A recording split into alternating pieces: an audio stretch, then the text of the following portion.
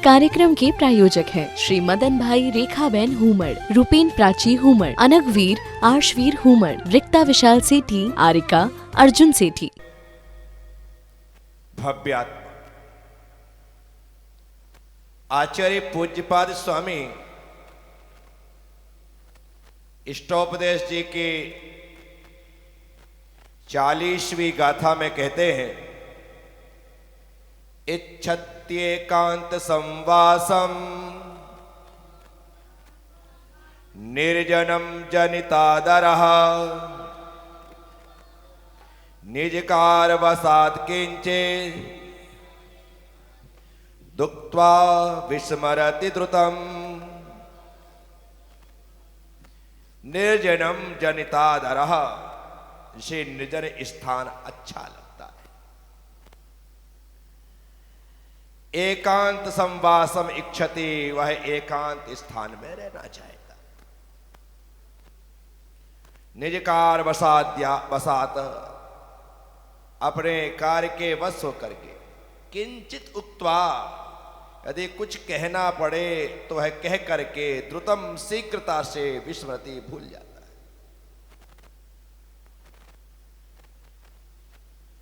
निर्जनम जनितादरः, जिसे एकांत वास अच्छा लगता है। कुछ लोग होते हैं जो एकांत में रहना चाहे, कुछ लोग होते हैं जिन्हें अकेलापन खाने को दौड़ता। किसी को भीड़ पसंद है, किसी को एकांत पसंद है। जिसे एकांत पसंद है वह निर्जन स्थान में रहना चाहेगा।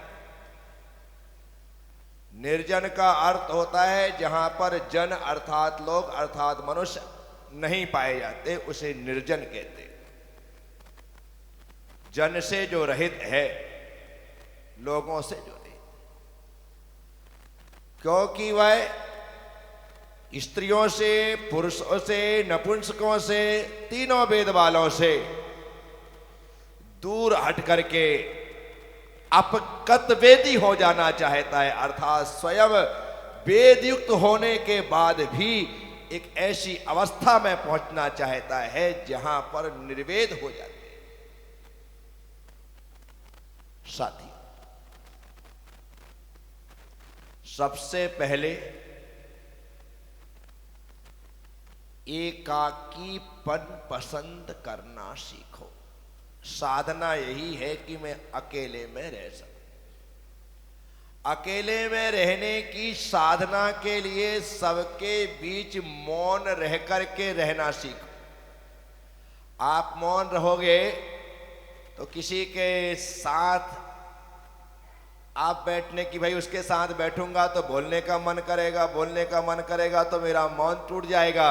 इसलिए मैं तो अकेले में मंदिर में बैठ करके जाप करता हूँ, पाठ करता हूँ, कमरे बंद करके अपना ध्यान सामायिक करता हूँ। क्यों? क्योंकि आपका मौन है।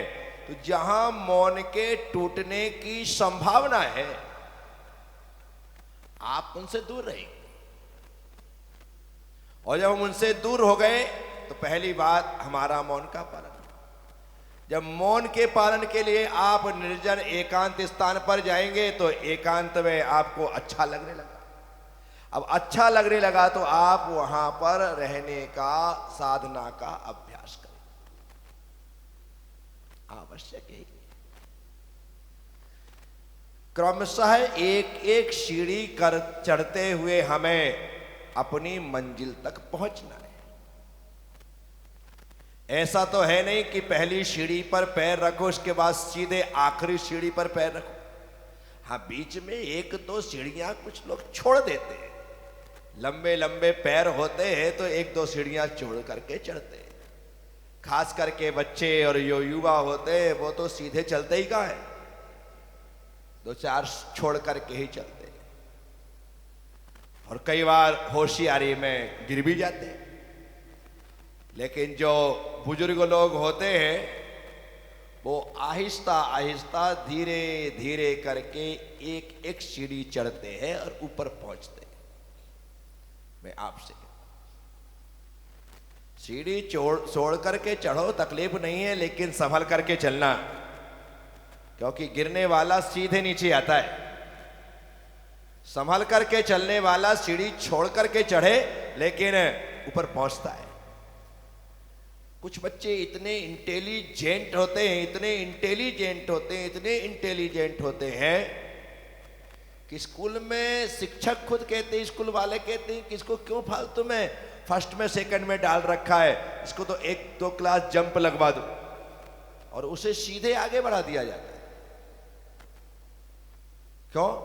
क्योंकि पहली का बच्चा है, बात तीसरी चौथी की कर रहा है, उसे उसका भी आता है तो करवा देते हैं। कई ऐसे बच्चों को मैं जानता हूं जिनकी उम्र 12 साल है और 10वीं में आ गए। मैंने कहा भाई ऐसा कैसे हो गया? बोले सर ने जंप लगवा दी। इसलिए सर योग्यता हो तो जंप की व्यवस्था है, क्षमता हो तो जंप की व्यवस्था है। कोई चीज यदि हम छोड़ रहे हैं तो जिसे हम पकड़ रहे हैं उसे मजबूती के साथ पकड़ना है। पकड़ मजबूत हो तो कोई तकलीफ नहीं है। मैं डायरेक्ट मुनि बना, ब्रह्मचारी 4 साल रहा, क्षुल्लक नहीं बना, एलक नहीं बना, सीधे मुनि बन गए। जंप लगा दी।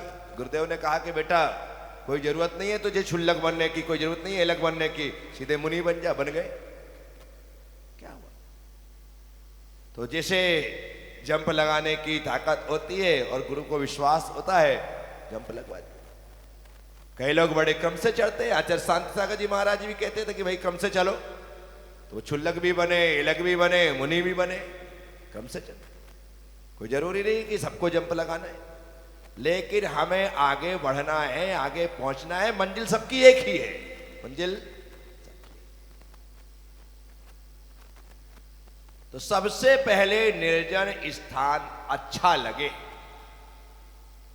मैं सबसे दूर रह करके जीवन का आनंद ले सकूं।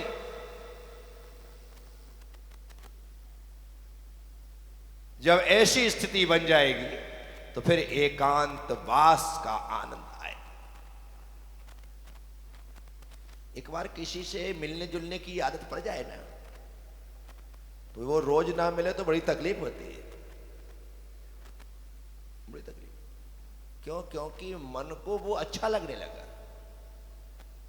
आप मंदिर में जिसके साथ पूजा पाठ करते हैं वो एक दिन ना आए तो पूजा में मन नहीं लगता है। तो भगवान की पूजा के लिए आता था कि ये उसके साथ सहयोगी की पूजा के लिए आता था, नहीं लगता पूजा में मन। आपको व्यक्तिगत रूप से अनुभव होगा। जिसके साथ हम पूजा कर रहे हैं, जिसके साथ हम पाठ कर रहे हैं, जिसके साथ हम आते जाते हैं, ये तो छोड़ो, हम जिसके साथ यहाँ पर आकर के बैठते ना, वो पास में आकर के ना बैठे तो बड़ा खाली खाली मन लगता है। लगता है आज प्रवचन में कोई आए नहीं, पूरा पंडाल भरा और एक व्यक्ति तुम्हारे पास में बैठने वाला नहीं आया तो आज खालीपन लग रहा है। क्यों? क्योंकि हमारे मन को उसके साथ रहने की आदत पड़ गई। वो व्यक्ति यदि सुबह से ना आए तो बड़ा खालीपन लगता है, यार आज क्यों नहीं आया। वो व्यक्ति ना मिले तो बड़ा खालीपन लगता है। उदाहरण के तौर पर मेरे साथ ही कोई व्यक्ति रोज आहार पे जाने लग जाए, रोज जाने लग जाए, बाजू में खड़े होकर के रोज आहार करवाने लग जाए, और एक दिन ना लगे तो आज लगता है कि आज तो मेरे साथ कोई आए नहीं, आज तो आहार ही ढंग से नहीं हुआ। क्या हुआ? मुझे आदत पड़ गई। व्यक्ति को चाहिए वो किसी भी चीज को आदत ना बनने दे। यदि जिस चीज की मुझे आदत पड़ गई है तो उसके बिना फिर मेरा जीना मुश्किल हो जाए। और आदत बनाना है तो भगवान के नाम की आदत बनाओ, ऐसी आदत बनाओ कि उसके बिना तुम्हारा जीना मुश्किल हो जाए, मुख में अपने आप उसका नाम चलता रहे। ऐसे भगवान के नाम की आदत बना लो, उसका सहारा ले लो। क्योंकि भगवान तो तुम्हारा सहारा बनेगा नहीं, कलयुग में सिर्फ भगवान का नाम ही सहारा बनता है।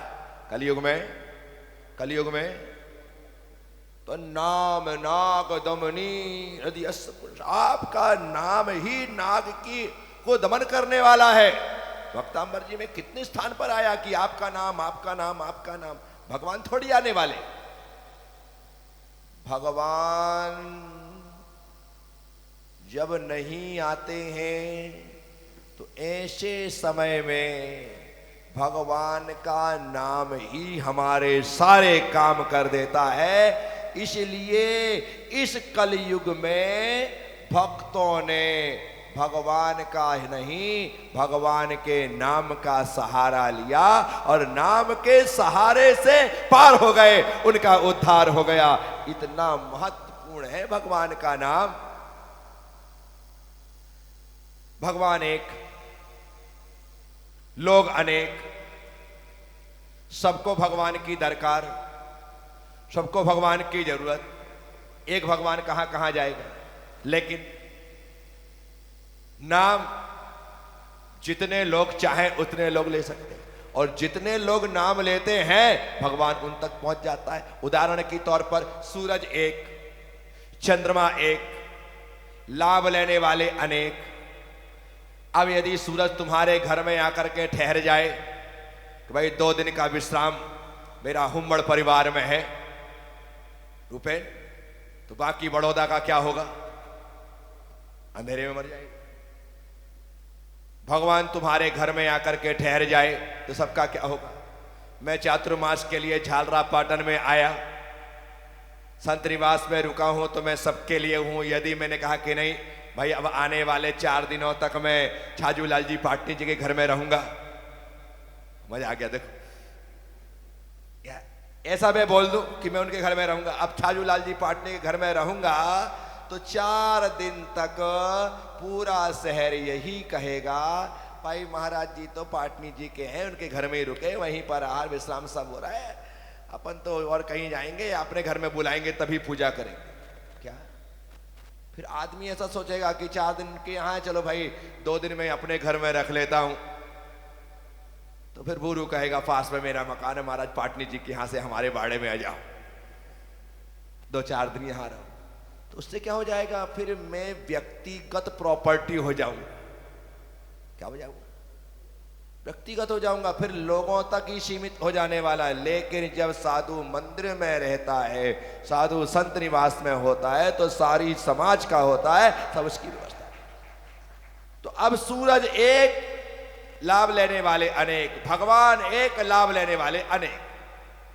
सूरज यदि किसी के घर में बसेरा कर ले तो सारा संसार में अंधेरा हो जाए। तो सूरज क्या करता है, सूरज खुद नहीं आता, अपनी किरणों को घर घर भेज देता है, सभी लोग लाभान्वित हो जाते हैं, सभी लोग प्रकाश से भर जाते हैं। भगवान स्वयं नहीं आते, उनके नाम की किरणें सितारे से यहां आ जाती है और हमारा मन आलोकित हो जाता है, हमारी आत्मा प्रकाश से भर जाती है। बस इतना ही तो है, भगवान वहां से यहां कभी नहीं आएंगे, क्योंकि जो एक बार सिद्ध हो गया वो फिर से लौटकर संसार में नहीं आएगा। अब भगवान नहीं आएगा तो फिर हमारा काम कैसे चलेगा, तो हमारा काम उनके नाम से चलेगा। उनके हम आज नमोकार मंत्र का अखंड पाठ कर रहे हैं, सब लोग लगे हुए हैं 1-1 घंटे नमोकार मंत्र पढ़ने के लिए, जपने के लिए, कि आज सौभाग्य जागृत हुआ है कि हमारा परिवार 1 घंटे तक नमोकार का पाठ करके भगवान के नाम का स्मरण करेगा। ऐसे तो संभव होता नहीं है, अब ऐसे संभव हुआ है तो इसका लाभ हमें, ये भगवान का नाम ही लिया जा रहा है। नमो अरिहंताणम कहने से भूत भविष्यत वर्तमान काल संबंधी सभी अरिहंतों को नमस्कार हो जाता है। नमो सिद्धाणम कहने से भूत भविष्यत वर्तमान काल संबंधी सभी सिद्धों को नमस्कार हो जाता है। ऐसे ही आचार्य उपाध्याय साधो ये पंच नमस्कार मंत्र त्रिकाल संबंधी समस्त पंच परमेष्ठियों को नमस्कार करने में कारण बनता है। सिर्फ नमोकार। इसीलिए मैं आप सबसे कहता हूं, भगवान के नाम का सहारा, नाम का सहारा ऐसी किरण है जो हमारे घर में आकर के हमारे जीवन को आलोकित कर देती है। ठीक। अभी मंदिर में विराजमान जो भगवान है ना, वो कैसे? हमारे घर में आई हुई भगवान का नाम तो किरण हो गया। जो मंदिर में विराजमान है वो क्या है? अब आप अपने घर की छत पर बहुत से पात्र रख दो और उसमें पानी भर दो। पानी भरने पर सूर्य का बिंब उसमें प्रतिबिंबित होने लगेगा। सूर्य बिंब उसमें प्रतिबिंबित होने लगेगा। तो जैसे हमारे घर की छत पर रखे हुए पात्र में सूरज नहीं आया लेकिन उसका प्रतिबिंब आ गया। किरणों में प्रतिबिंब नहीं आता, किरणों में प्रतिबिंब नहीं आता। किरणें आ रही हैं, यहां सूरज नहीं दिख रहा है, किरणें दिख रही हैं, लेकिन पानी में प्रतिबिंब पड़ता है। तो जैसे पात्रों में प्रतिबिंब है वैसे ही मंदिरों में जिन बिंब है वो जिन बिंब भगवान का ही प्रतिबिंब है। ऐसा मान करके हम उनकी आराधना करते हैं। बुद्ध्या विनापि विविधार्चित पाद पीठ। बोलो।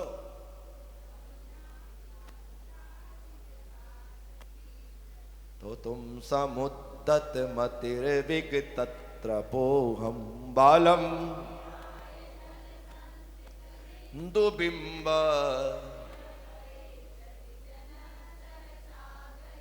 जैसे एक बच्चा पानी में पड़े हुए प्रतिबिंब को चंद्रमा समझ करके पकड़ना चाहता है, उसी प्रकार से ये छोटे छोटे बच्चे इन प्रतिबिंबों को भगवान समझ करके पकड़ लेना चाहते हैं और पकड़ करके उतने ही खुश होते हैं जितना कि भगवान के चरणों का स्पर्श करके खुशी मिलती है। तो हम तो छोटे छोटे बच्चे हैं और प्रतिबिंब को पकड़ करके खुश होने वालों में से हैं। तो भगवान का यह जिन बिंब साक्षात समो शरण की तरह है कि वहां पर गंध कुटी में भगवान विराजमान है।